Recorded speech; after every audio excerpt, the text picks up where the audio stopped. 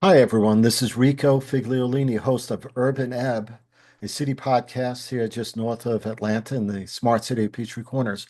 I have a great guest today. We're going to be discussing and diving into quite a bit about standing up our own police force of the city of Peachtree Corners and if that's a possibility. So joining me for that, before I introduce our sponsors, Billy Grogan. He's the Senior Vice President at Sumter Local Government Consulting.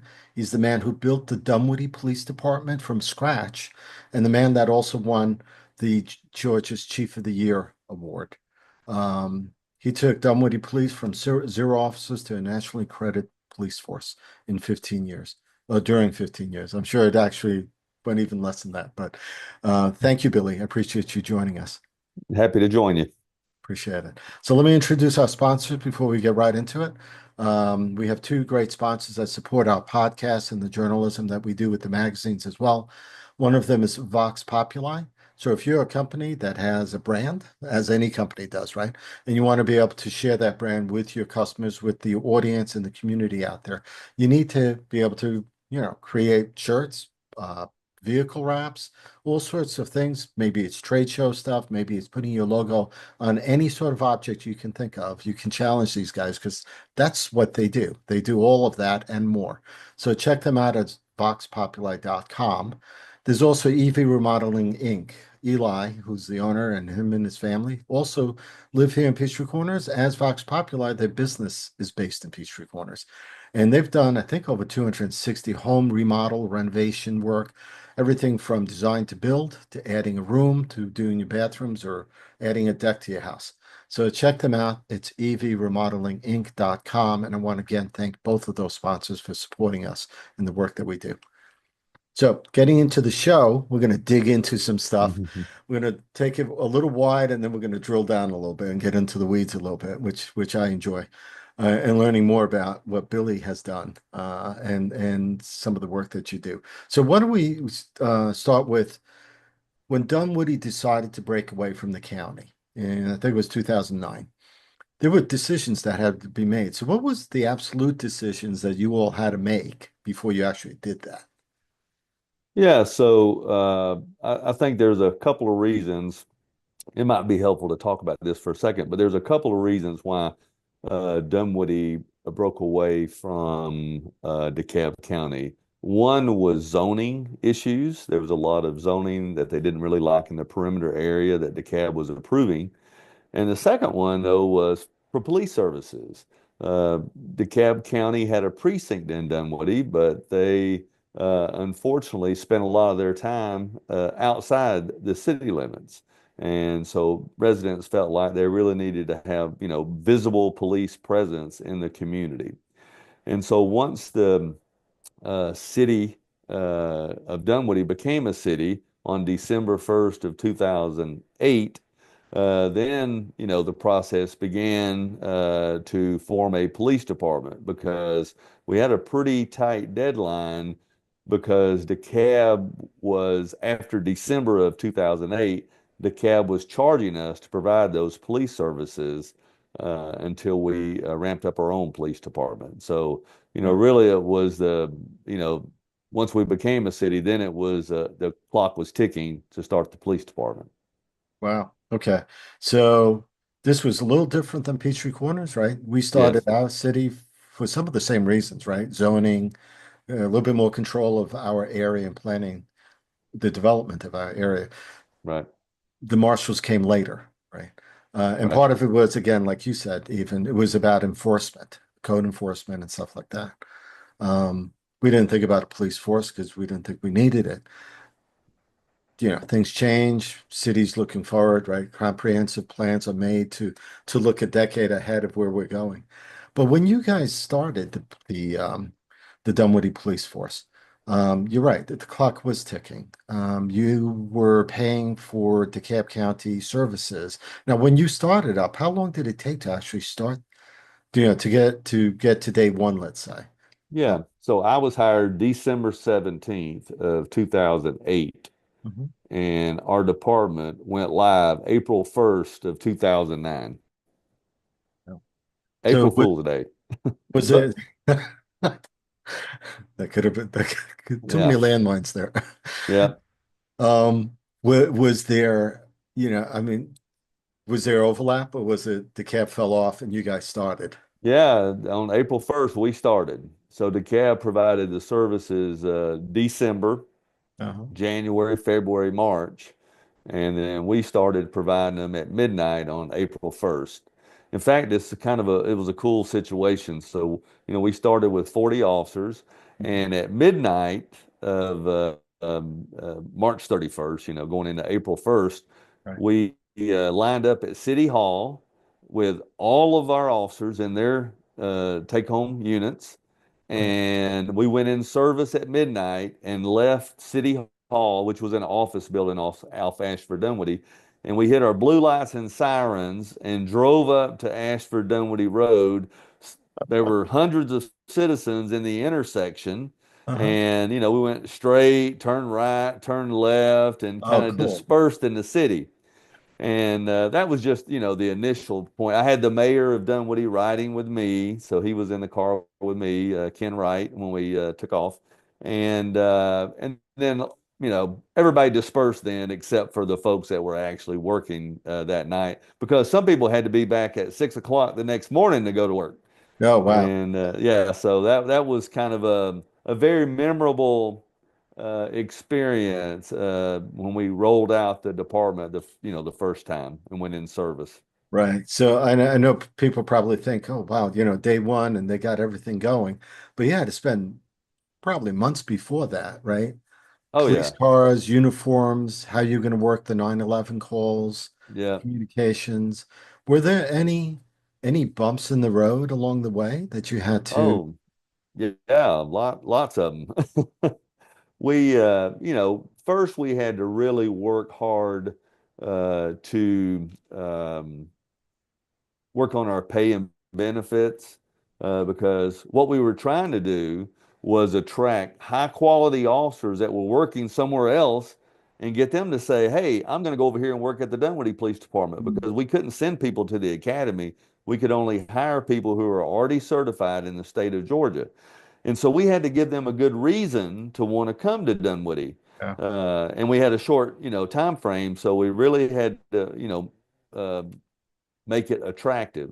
And so we did a few things. At the time, take home police vehicles was not as prevalent as it is today.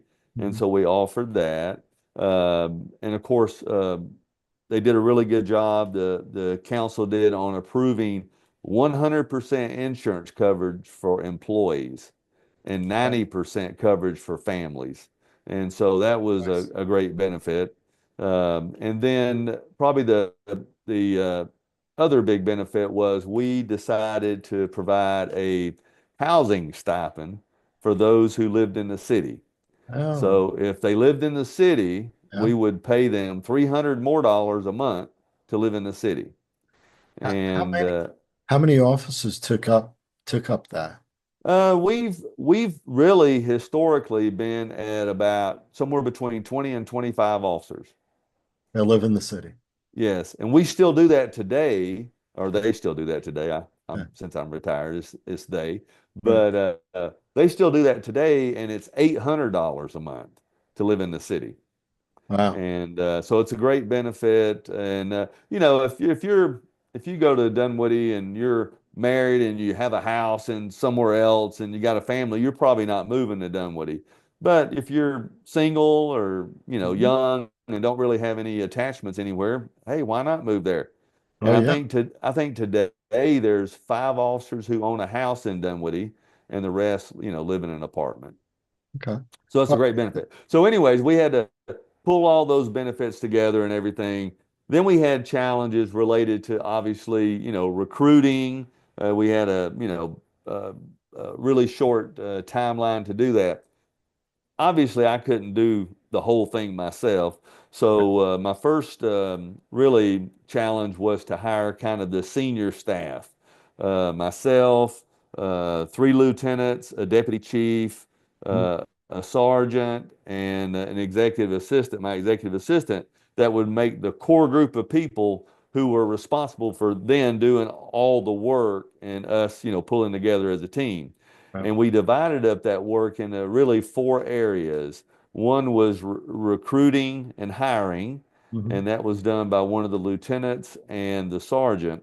Because we had to do background checks on everybody. And I mean, we had over 500 applicants Really? for 40 sworn positions. That was a lot different than today, I'm sure. It a lot different. I will certainly give you that. And then we had one that was over policy development because we had to have our own policies. And then another person was over our equipment purchases and anything like that, like vehicles and tasers and guns and badges and all the stuff that you need, to start a police department. And then lastly, we had one person that was over our training. So they designed our training because outside of the few that was hired early, everyone was hired 2 weeks before we started and had to go through firearms training, taser training, OC spray training, all the different training and policy development, become familiar with the Dunwoody. We did tours of the city, all kinds of training. And so that was kind of how we divided up responsibilities. Wow. A lot of work to be able to do that. Did DeKalb Police assist in any way, or did you? Other than providing police services while we're doing all this, they didn't assist with that endeavor. When you developed the policies, was it based off? I know that when a city does it, right? For when Peachtree Corners started the city, we sort of based our code and for codes and stuff like that based off Gwinnett County. We Sure, didn't reinvent the wheel, right? right. Was that to some degree the same for policy for police policy? Yeah, so for the city, yeah, they adopted a lot of the codes that DeKalb County had. That was the easy thing, and then they went back and modify them as the years went on to account for how cities are different than counties. But several of us, myself and the deputy chief, came from the Marietta Police Department. The Mm, Marietta Police Department was a nationally accredited department and state certified. So good foundation of policy. So we kind of based ours off of Marietta okay, and PD. were you vice chief at I was a Mir deputy chief at Deputy? Marietta. Yeah. Okay, cool. Um, so as far as policy and upgrading those, let's stick with that for a minute. Okay. That over the years that was done, was there any big changes that you all realized, a year into it, that we need to change some of this because it's not working for us for the city. Oh, this Yeah. I mean, there were it was, your policies, you're reviewing them all the time. I don't remember off the top of my head any specific thing, but we certainly modified policies. When we first started, we tried to do a trimmed down version. We didn't need some policies. And right? so as time went on, we added those over the years. The law changed, maybe different things happened. So policies are always in development, and you always want to stay current with those kind of things. Okay. Let's get back to a little bit about the employment, if you will. So you Yeah. had 40 sworn officers, you had Hmm. 500 people at the beginning 15 years ago apply for the jobs. Right. Over the decade or over the 15 years, did you see attrition rates go up? Did you see less ability to hire? What were some of the challenges during that 15-year period? As Yeah. So our first year, we had zero people leave. yeah, Zero turnover. And, it's kind of a honeymoon phase. Everybody was pretty excited about being there. yeah, And then, really, over the next few years, we had very low attrition rate, less than 5%. And then when Ferguson happened, mm, it had a negative impact on us as it did many law enforcement agencies. And we saw that our attrition rate increased. There were less applicants applying. And so we had a little bit of a spike in our turnover rate. And then, of course, when the George Floyd incident happened, right. and that COVID, all those kind of factors that came together about the same time, it really had a negative impact on law enforcement, but in Dunwoody as well, but across the nation. And we even had people who had been a police officer for a couple of years who decided, I'm getting out of law enforcement. I'm going to go be a flight attendant. I'm going to go work for Facebook. I'm going to go build houses. I'm going to go do sheetrock. We had all kinds of things, as most police departments did, that were there through this whole process. So it did become certainly more of a challenge. When you brought up COVID before, um, where training is a continuous thing, I would imagine. Sure, And but when you come up on a pandemic like we had, and it makes you really think about, well, okay, there's that, but what about preparedness? What about other things that may happen? That summer of COVID wasn't a pretty summer. I mean, if I remember right, correctly, CNN was, the demonstrations in front of CNN itself where people were just trashing the place. sure. Um, and that was mainly in the city, right? So, but does that change a little bit of the training that's required? Um, Yeah, certainly it does. I mean, we do emergency preparedness for traditional things like weather events, which is what we mostly have. yeah. Also for active shooter, things like that. And, before 9/11, we didn't do a whole lot of training about terrorism, but then after 9/11, we obviously had to, factor things like that in as well. And, I think, a lot of the riots that happened related to, George Floyd's death, we were affected by them. We had a number of protests in Dunwoody, all peaceful. Mhm. Um, but our SWAT team went down to Atlanta, especially on the first night, to assist them, and ended up, getting assaulted by, frozen bottles of water, rocks, and things like that thrown at them down at Lenox Square. And so, we've had, our experience sometimes outside the city, but sometimes in the city. But like I said, mostly peaceful, the protests were. Um, as far as the recruitment, and then we'll move off that.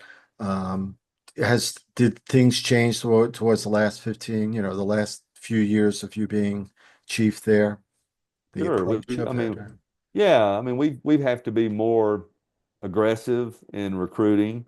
And I think the last probably 3 years, the mayor and council and the city manager have done an excellent job looking at pay and benefits, Yeah. for our staff, which has helped us, with the recruiting.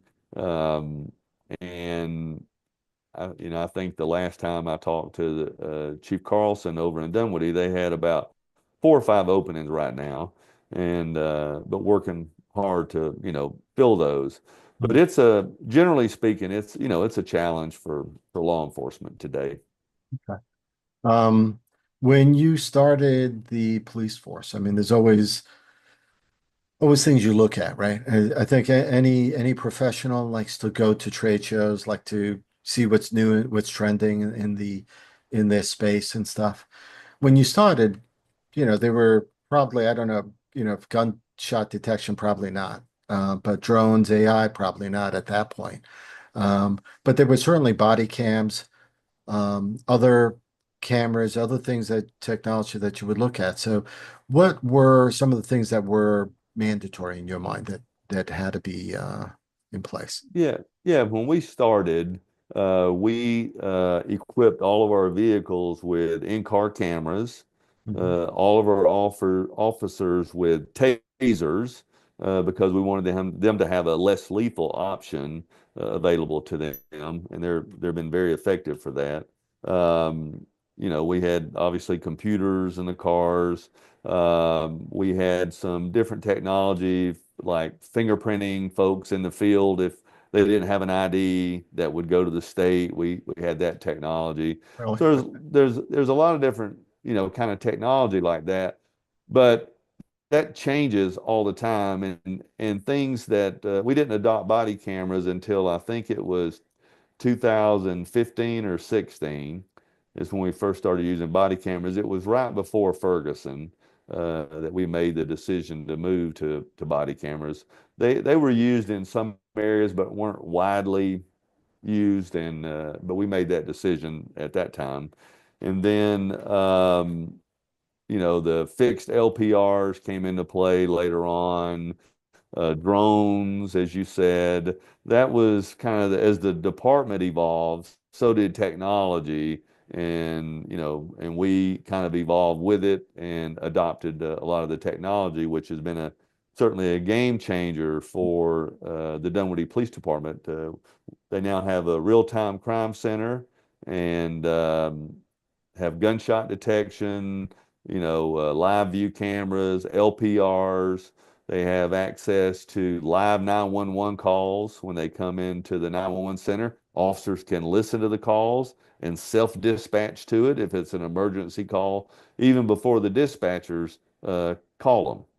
So the 9/11 stuff is being done through DeKalb Police, I'd imagine. So when we first started, Yeah. DeKalb County was providing 911 services.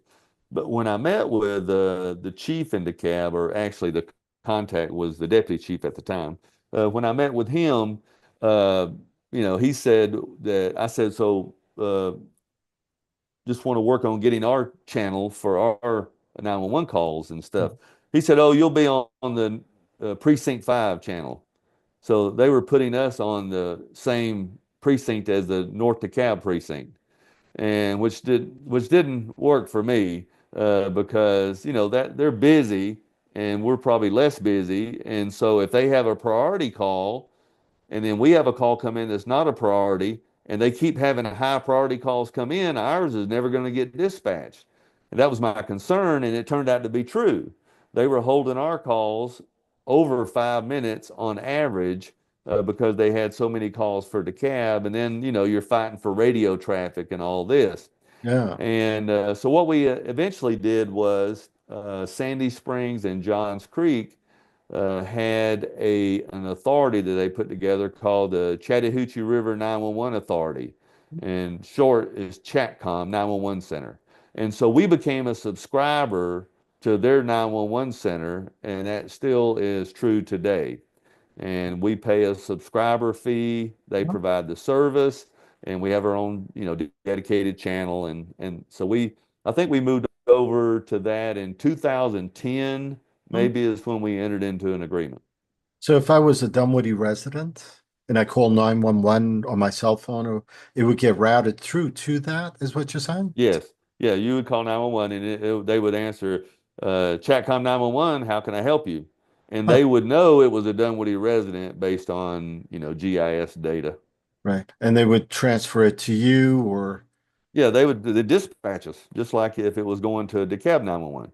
oh, okay. Wow. I didn't even know that service was like that. Yep. But that's cool that you can subscribe to that and it's geofenced, I guess, that to know Yep. that I'm assuming if I'm on the border of Dunwoody, city of Dunwoody, there wouldn't be a conflict. They would know where I am. Well, any border uh, city, any Yeah. border between city and county, it depends on which way the tower's pointing, and Yeah.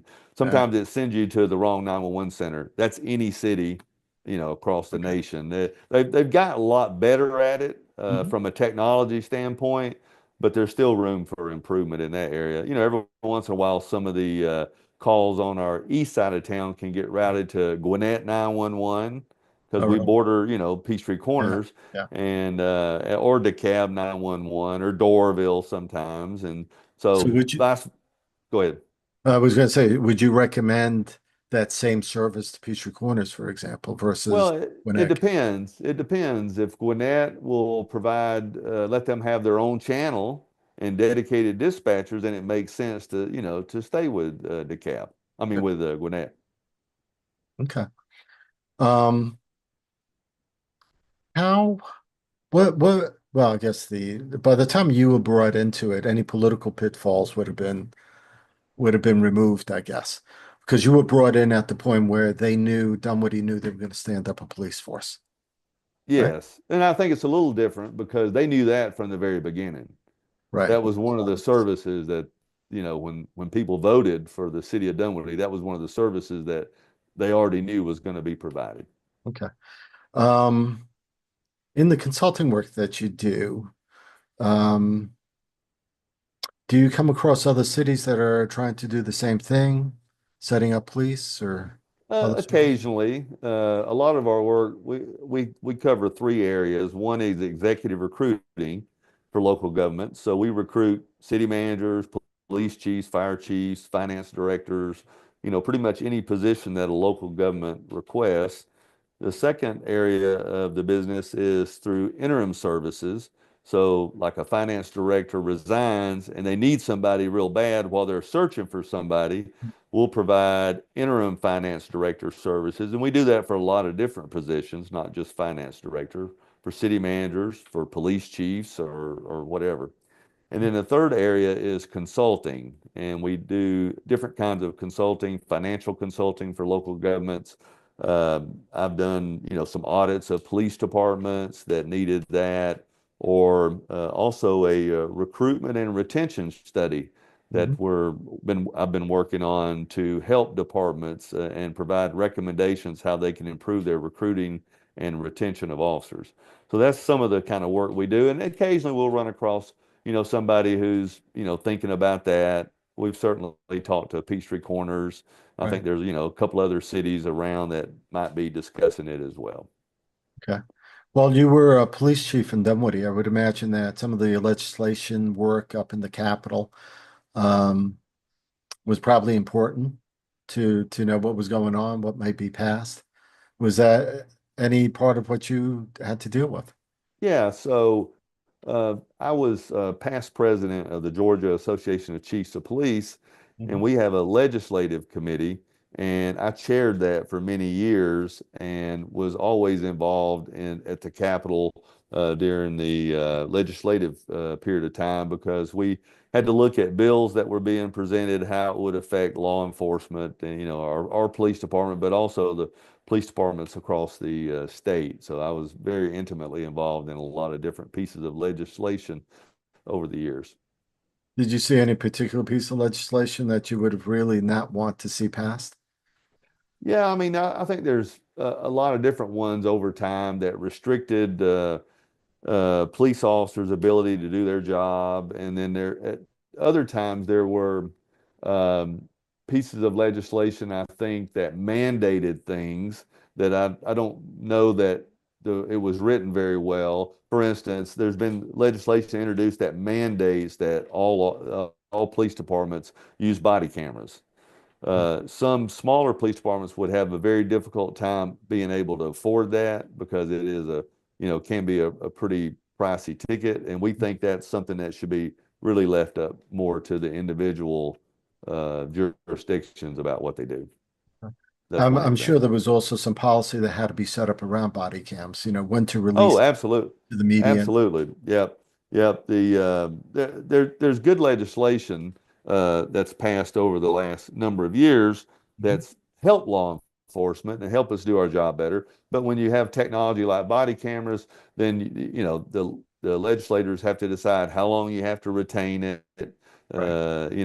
How open records requests are handled, those sorts of things. Same thing with license plate reader cameras. How long does the data get retained?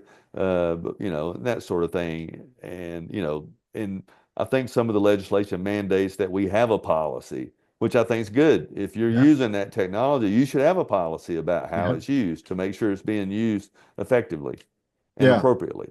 Yeah, for sure. I mean, those are body cam video more and more hitting social media and all that, can Sure. become a divisive thing, can be looked at, Right. especially if it's edited or if it's just a clip portion and not the whole piece. Right. You could tell a whole different story from a situation, I would imagine. Yep. Hmm. Um, as far as other services, I guess what would be called legacy services like animal control, code enforcement. How was that was any of that rolled into what you do as a police department? Not as a police department. In the city of Dunwoody, our community development department did code enforcement. Right. I know it's I think Chamblee Police Department does code enforcement for the city of Chamblee, and Mhm. then some people have separate code enforcement departments. So it's just done differently based on the jurisdiction. For us, it wasn't. Animal control in DeKalb is provided by DeKalb County as Okay. a countywide service. Did the police department also, some police departments, I guess you have a SWAT team, canine unit, Sure. detective, forensics. I mean, and all that played into what you all did? Yeah, so we were a full service police department, and in DeKalb they have like a special services district, police district. So jurisdictions can opt into that, which provides some things like um, um, SWAT, other type services. We didn't opt into that as a city. Dunwoody didn't. And so what we ended up doing was formed a multi-jurisdictional SWAT team called North Metro SWAT. Yeah, So it was us, Sandy Springs, Johns Creek, and when Brookhaven became a city, Brookhaven joined us. interesting. And so it was a multi-jurisdictional SWAT team because we weren't large enough to have our own SWAT team. Hmm. But when you combined all the departments, we certainly, had a 30 person SWAT team and could, Wow. really a highly qualified SWAT team. And so they provided SWAT services, and we did that through an IGA, and we bought equipment and different things, and serviced that. And when you looked at the SWAT team operating, they had the SWAT patch, and you would never know that they worked at different departments because they worked so seamlessly together. And they trained 2 days a month, and so that was a model that we I think started that in about 2010 as well. Do you think, I know some police, I mean, the city of Atlanta probably has helicopters, but with drones in place now, is that like a no need thing, helicopters at this point? Well, there might be a need for it under certain circumstances, but most of the time with drones today, you Hmm. can fly them even in places a helicopter can't go. And so yeah, I think the unless you're in a real rural area with hundreds of miles to cover, and you're looking for a needle in a haystack, Yeah, a helicopter might be better, or doing some kind of drug interdiction in rural areas, it might be helpful. But in a highly densely populated area, drones work pretty effectively.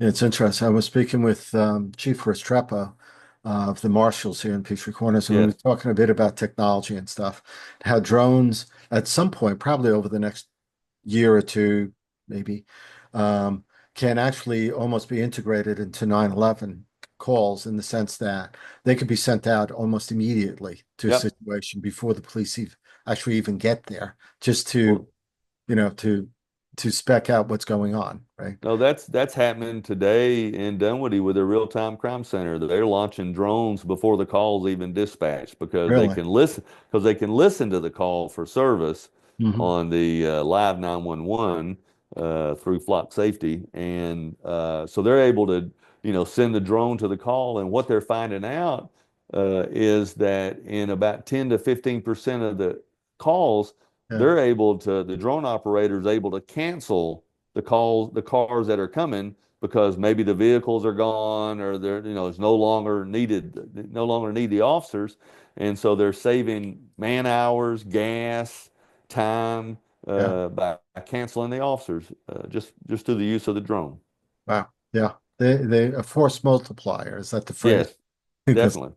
right. Yep. Um, are there once a police force is set up, is there any landmines that might be a problem for, let's say, city council, mayor, chief working together, being on the same page? Are there Sure. any growing pains when it comes to that? Yeah. Oh, yeah, definitely.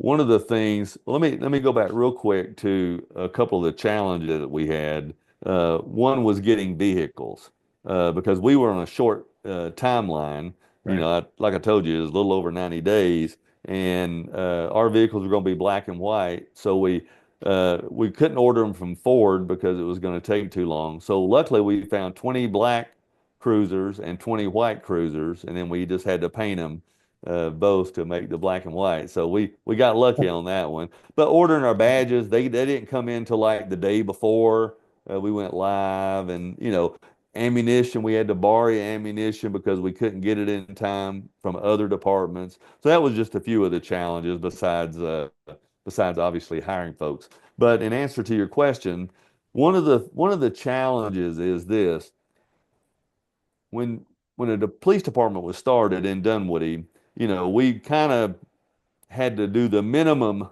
model due to financial reasons. Right. We needed actually more, but because we couldn't afford more, we had to start out with what we could afford. And I think, I would always, and I've talked to, when Brookhaven became a city, I've talked to them and other cities about this same thing, which is when you start a police department from scratch, you need to start it as close to you can as what the department actually needs. What your crime stats say, what your, all the workload factors actually say that you need, because it becomes very difficult to add people. And, every year as the police chief, I had to come back every year and ask for additional people. Wow. And that puts the mayor and council, the city manager in kind of a difficult spot because we're always asking for people, Mm, and it could be justified, but it's still a decision point every single year, yes or no. right. And then you've got other competing needs. And the mayor and council in Dunwoody, throughout the years, different mayor, different council members, they've always been very supportive of the police department. But that's one of the big challenges that we really had, was that pressure, to keep adding people to the police department because of need. And then, of course, as time goes on, the need grows more. And so, if you start out needing, say, 70, Hmm. and then 10 years later, you probably need more than that.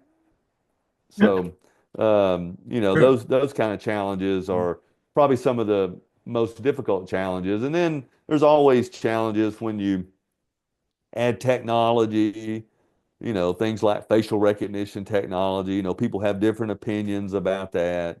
And as we added technology, we really tried to educate our elected officials and the community about what the technology was, how we're going to use it, and that we're going to use it based on, policy and how it's supposed to be used. Yeah.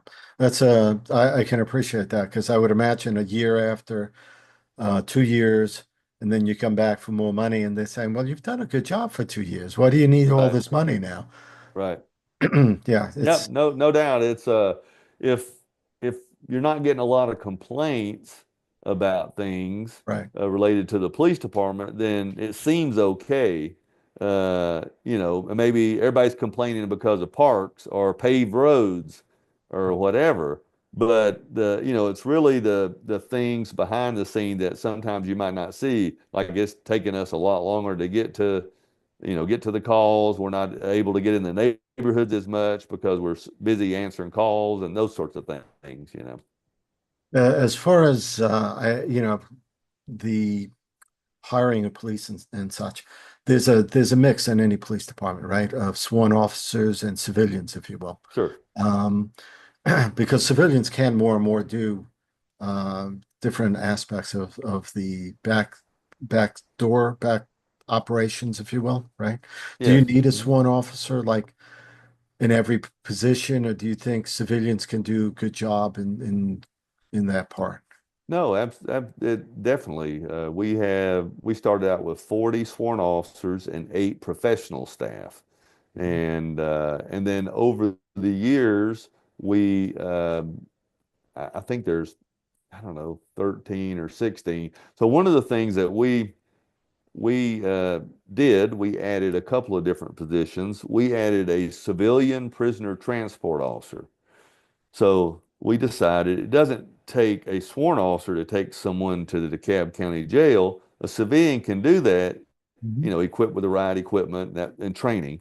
And so we hired that person. We paid them less money to be able to do that because they weren't carrying a gun. And then it freed up our officers to do the enforcement type things that only a sworn police officer can Right. do. Okay. But yeah, we hired a civilian crime analyst. We had property and evidence techs in a lot of departments. Those are sworn. In our department, they're civilians. Mm. And so definitely outside of the enforcement, Right. civilians can do a lot of good things. And as I was leaving, we were hiring public safety ambassadors, Mm. which are civilian uh, people, employees who can answer calls for service. They can work minor crashes.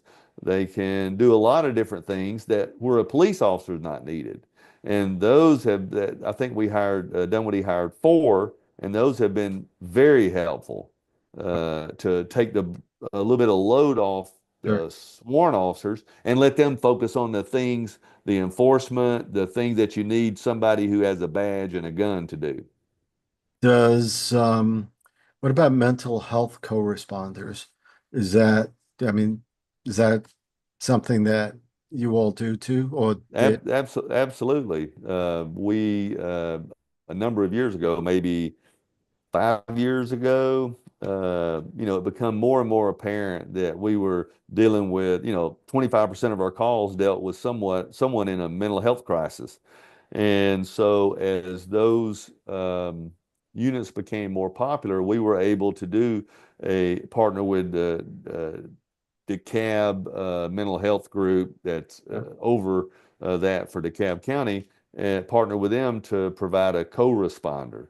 And we paid for some of that initially to start out with ARPA money, Wow. through the federal ARPA money. Yeah. And our mayor and council was very supportive of that initiative, and it's been very, very helpful. Does I'm just curious, does Dunwoody provide like I know Duluth does this, like the police academy for civilians, so this way they can see what it's all about. Yep, we do a Citizen Police Academy usually once or twice a year, and we've done that since 2009, since we first started, Okay. and it's a great opportunity. A lot of our um, people who are interested in the community go through it, and some of them have then later became city council members. Really? And yeah, because it's kind of a, learning, they learn more about the city, learn more about the police department. And it's been very, very successful. People really enjoy going through that. Thanks. So let's hit on one more thing, I guess, because we're sort of at the end of our time together, Billy. Okay. All right. Um, unless I've forgotten other things that you'd like to mention. But let's I guess the biggest thing right now, just recently, just the other day, actually, it happened again. I mean, it's continuing. Active shooters. Um, we touched upon that before. I don't recall if Dunwoody, I don't think Dunwoody has had something like that. Um, but what's your thoughts on that? Because obviously, we talked about mental health co-responders and stuff. Do you have any thoughts on that? On Yeah, I mean, it's one of those things that, truthfully rarely happens in most communities, but it's one of the things that you need to be prepared for. And all of our officers have gone through in Dunwoody through active shooter training, and we have certified instructors, and so we, do recertifications periodically. And then we do exercises at different times to Mm. actually, you know, put their training into practice. And so we've conducted exercises at Perimeter Mall. We've conducted exercises at State Farm in one of their high office buildings over there. Wow. And so we try to do that at least to have an exercise at least once every 1 or 2 years that we do a big, large scale exercise. And that type of training is extremely important, not only the classroom, but the practical exercises as well. Okay. Um, What would be the last what would be like bluntly, I guess, in one sentence maybe, the litmus test for any city that wants to stand up their own police force of where they should be 5 years from that point that they start? Hmm.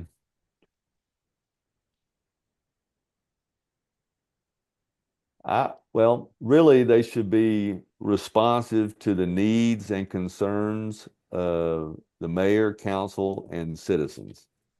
You got to be a responsive department, connected to the community. Mhm. And when you start out, you need to be that way. 5 years from then, you need to be that way as well. Cool. Anything that we haven't covered that you'd like to share? I don't think I can think of anything. We've covered a pretty good bit, and I think probably one of the biggest benefits of having for a local city to have their own police department is the fact that that police department serves that city and they don't go outside the city. Mm. It's not to say a county police department is bad or anything. They're highly qualified, do a great job, but they have other responsibilities other than whatever city they're patrolling. Yeah. They have other areas that they have to cover.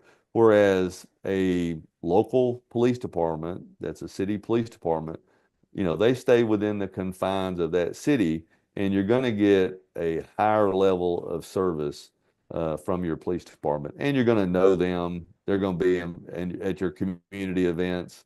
You're going to develop a relationship with them. And in my experience in Dunwoody and what I've seen in Sandy Springs, Johns Creek, Milton, Brookhaven, and the other newer cities with their police departments, is they have the same thing. Cool.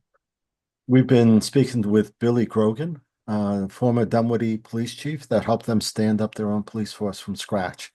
15 years running there, right? Um, Yep. Now you're a consultant for Sumter Local Government Consulting, Yes. speaking to cities about all sorts of things related to city government, from job placements to public safety and such. So I do appreciate the time you gave me, Billy. Thank you very much. Sure. If Happy to anyone do it. has it, that no, it's an honor to spend the time with you. Um, Anyone has any questions, or just put it into the comments below and I'll make sure we, get back to you with that. And we'll have links in the show notes to where to reach Billy in case you want to reach out to him. And otherwise, have a safe day and stay close and be good. Thank you, everyone.